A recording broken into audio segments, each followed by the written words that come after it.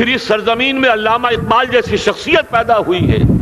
یہ ساری چیزیں جو ہے یہ در حقیقت اشارہ کر رہی ہیں کہ یہ ملک مشیت ایزدی کے کسی طویل سلسلے کی ایک کڑی ہے.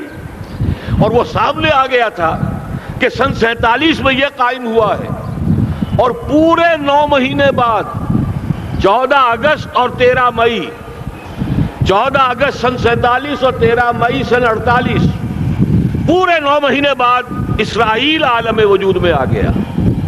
اللہ تعالیٰ نے اس عالمی بیماری، اس کے لیے جو علاج ہے وہ پہلے پیدا کیا ہے. جیسے کہ حدیث میں آتا ہے ما انزل اللہ من دائن الا انزل له دوان.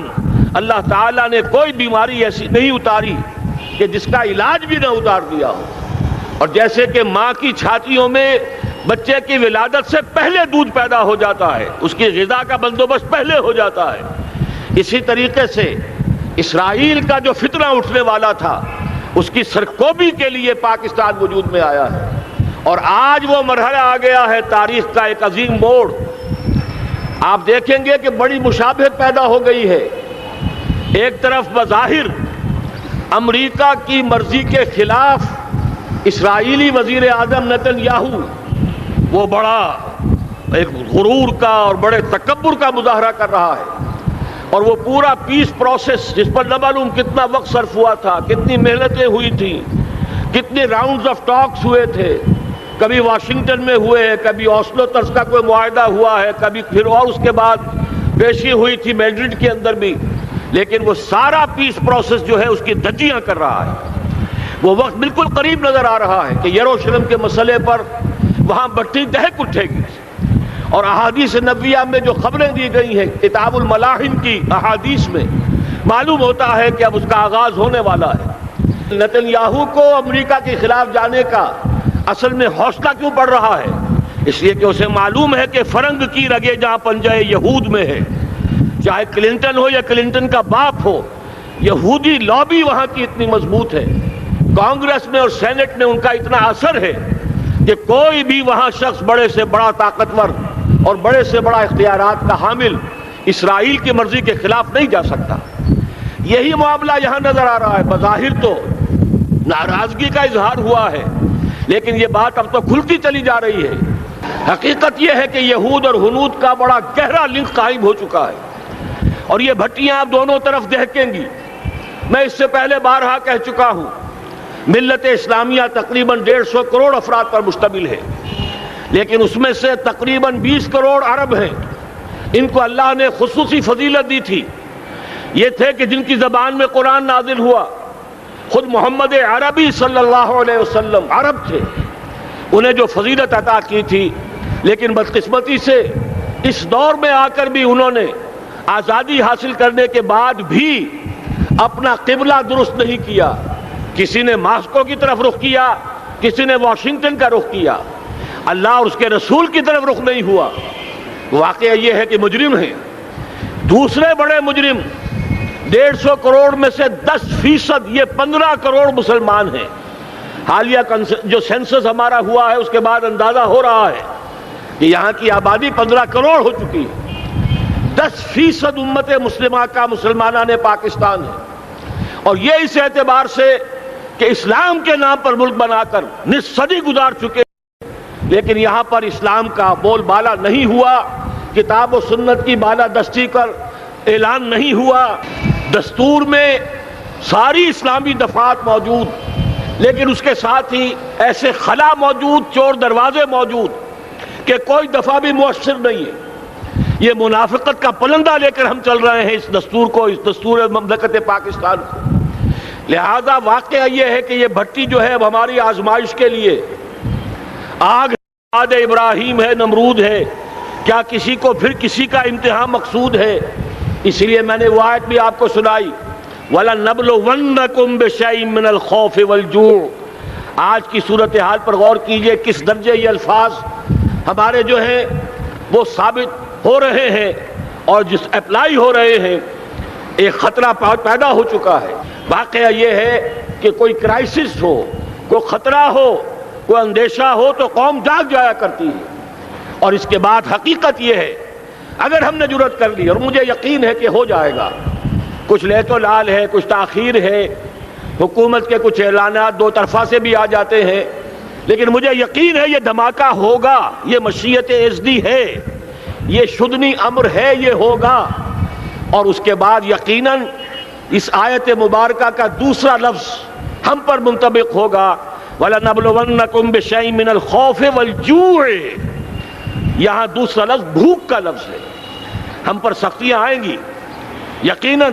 الکفر ملت واحدہ، پوری دنیا امریکہ کی زیر سرپرستی ہمارے خلاف کھڑی ہوگی، ہمارے اوپر پابندیاں لگیں گی، لیکن شاید ہمارے جذبہ ایمانی کو بیدار کرنے کے لیے اللہ تعالیٰ اسی کو ذریعہ بنا دے، اور پھر اس کے ذریعے سے پورے عالم اسلام میں عوامی سطح پر جو ہمدردی پیدا ہوگی پاکستان کے ساتھ، اس کے آثار شروع ہو گئے ہیں۔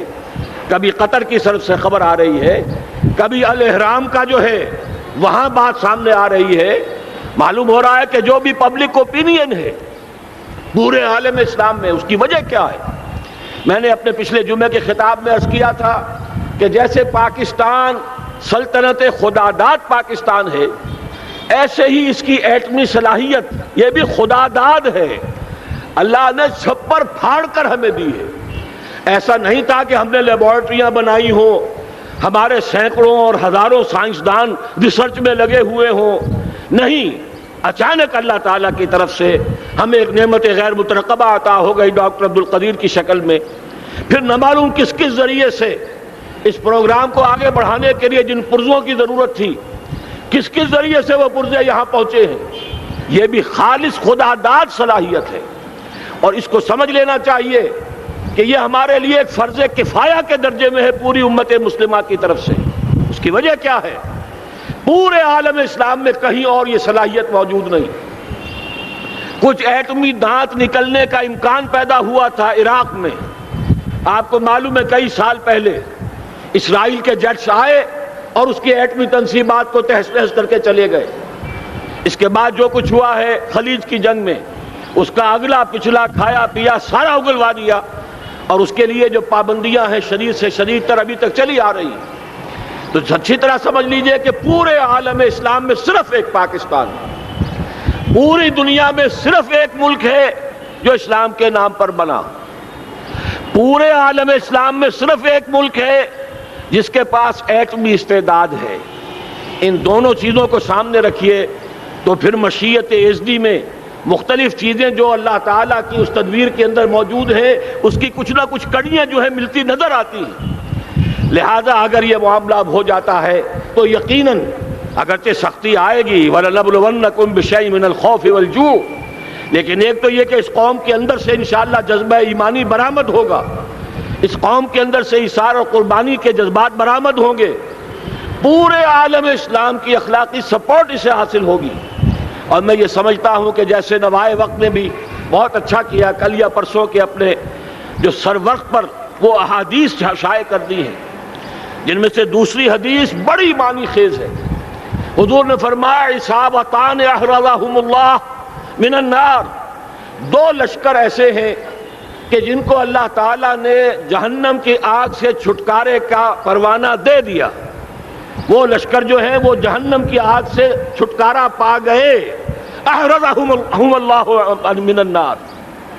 وہ دونوں لشکر کون سے ہوں گے؟ اصابت یغزو الہند، ایک وہ کہ جو ہندوستان پر حملہ آور ہوگا، اور دوسرا وہ جو حضرت مسیح علیہ السلام کے ساتھ جبکہ ان کا نزول ہوگا، اور اللہ تعالیٰ ایک مجدد، اس آخری دور کے مجدد کی حیثیت سے حضرت مہدی کو بھی ہمارے درمیان میں سے اٹھائے گا، اور پھر جو آخری فیصلہ کن جنگ ہوگی الملحمۃ العظمیٰ، اس کے لیے یہاں سے فوجیں جائیں گی ان کی مدد کے لیے۔ اب ان دونوں فوجوں کو ایک حدیث میں جمع کرنے سے اندازہ کر لیجئے کہ اس کا مطلب کیا ہے۔ یہ علاقہ پاکستان اور اس سے ملحق افغانستان، یہ علاقہ ہے کہ جو اسلام کا گہوارہ پہلے بنے گا، یہاں سے فوجیں جائیں گی، اور دائیں بھی اور بائیں بھی، مشرق میں بھی اور مغرب میں بھی، اور یہیں سے انشاءاللہ تعالی اسلام کا جو عالمی غلبے کا جو وعدہ ہے اللہ کا، کی خبر دی ہے محمد الرسول اللہ صلی اللہ علیہ وسلم نے لا يبقى على الارض بیت وبر ولا مدر الا ادخله اللہ کلمۃ الاسلام، اس روئے ارضی پر کوئی گھر بچے گا نہ خیمہ بچے گا جس میں اللہ تعالیٰ کلمہ اسلام کو داخل نہ کر دے۔ وہ حدیث کے جس کے بارے میں فرمایا گیا، حضور نے ارشاد فرمایا، حضرت ثوبان سے روایت ہے کہ اللہ تعالیٰ نے میرے لیے ساری زمین کو سمیٹ دیا۔ ان اللہ زوالی الارض فرأیت مشارقہا و مغاربہا، میں نے اس زمین کے سارے مشرق دیکھ لیے، سارے مغرب دیکھ لیے، لیکن یہ جان لو ان امتی سیبلغ ملکہا ما ذوی لی منہا، میری امت کی حکومت ان تمام علاقوں پر قائم ہو کر رہے گی جو پوری زمین کو لپیٹ کر مجھے دکھا دیے گئے۔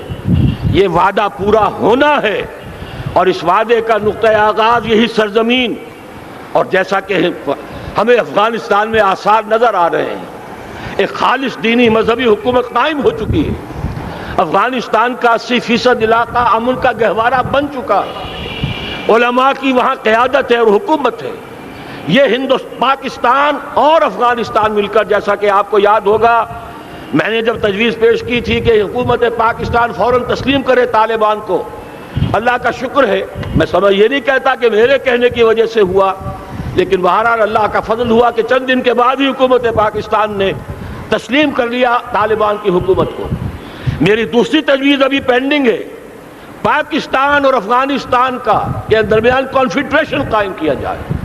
یہ ملک دونوں مل کر واقعتاً، کہ ایک نے واقعتاً 15 لاکھ سے زیادہ جانیں دے کر مرنا سیکھ لیا ہے، اور جو قوم مرنا سیکھ لے اسے کوئی مار نہیں سکتا، اسے کوئی شکست نہیں دے سکتا، اور ایک وہ قوم ہے پاکستان میں کہ جو 400 سال کی تجدیدی مساعی کے اثرات کی امین ہے، یہ اس کا تراث علمی ہے، چاہے وہ تحریک حضرت مجدد الفسانی کی تھی، چاہے وہ علمی تحریک شاہ ولی اللہ کی تھی، چاہے وہ تحریک جہاد سید احمد بریلوی کا تھا، چاہے اور جو بھی رجال عظیم پیدا ہوئے ہیں 14ویں صدی ہجری میں، ان سب کے اثرات یہاں موجود ہیں۔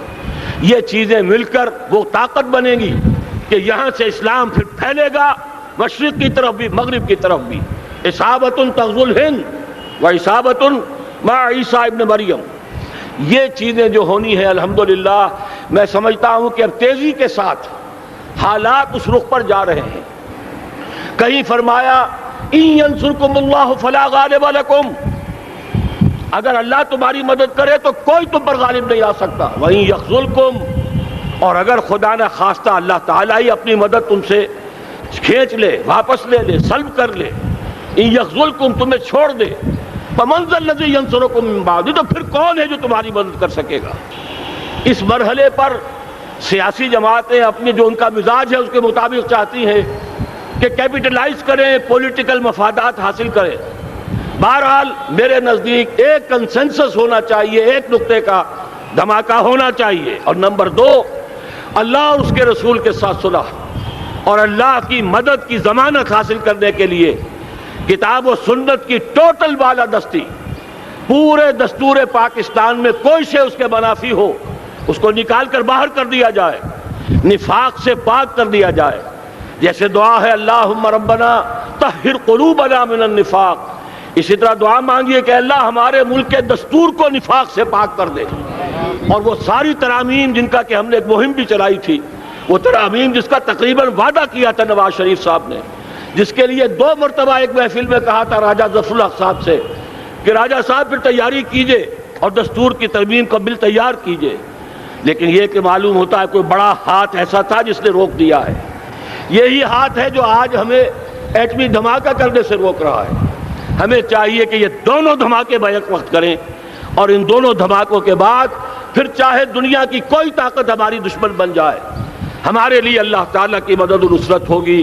وَلَنَبْلُوَنَّكُمْ بِشَيْءٍ مِّنَ الْخَوْفِ وَالْجُوعِ وَنَقْصٍ مِّنَ الْأَمْوَالِ وَالْأَنفُسِ وَالثَّمَرَاتِ وَبَشِّرِ الصَّابِرِينَ الذین اذا اصابتهم مصیبۃ قالوا انا للہ وانا الیہ راجعون۔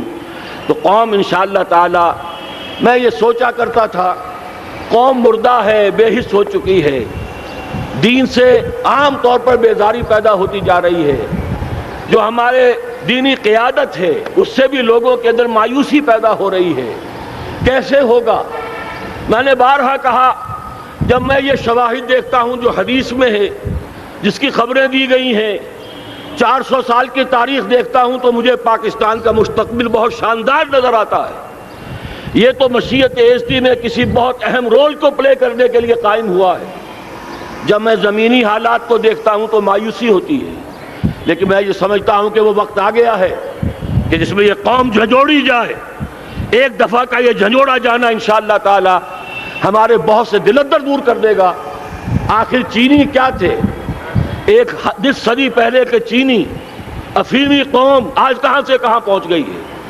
ہمارے اندر بھی چاہیے کہ اوپر راکھ ہے، اندر چنگاریاں ہیں، ان چنگاریوں کے بھڑکنے کا وقت آ گیا ہے، اور انشاءاللہ العزیز اسی ایٹمی دھماکے سے اس پورے عمل کا جو ہے آغاز ہو جائے گا، جس سے یہ سرزمین پاکستان اسلام کا گہوارہ بنے، اور پھر یہاں سے پوری دنیا میں اسلام کے غلبے کی جد و جہد کا آغاز کیا جائے۔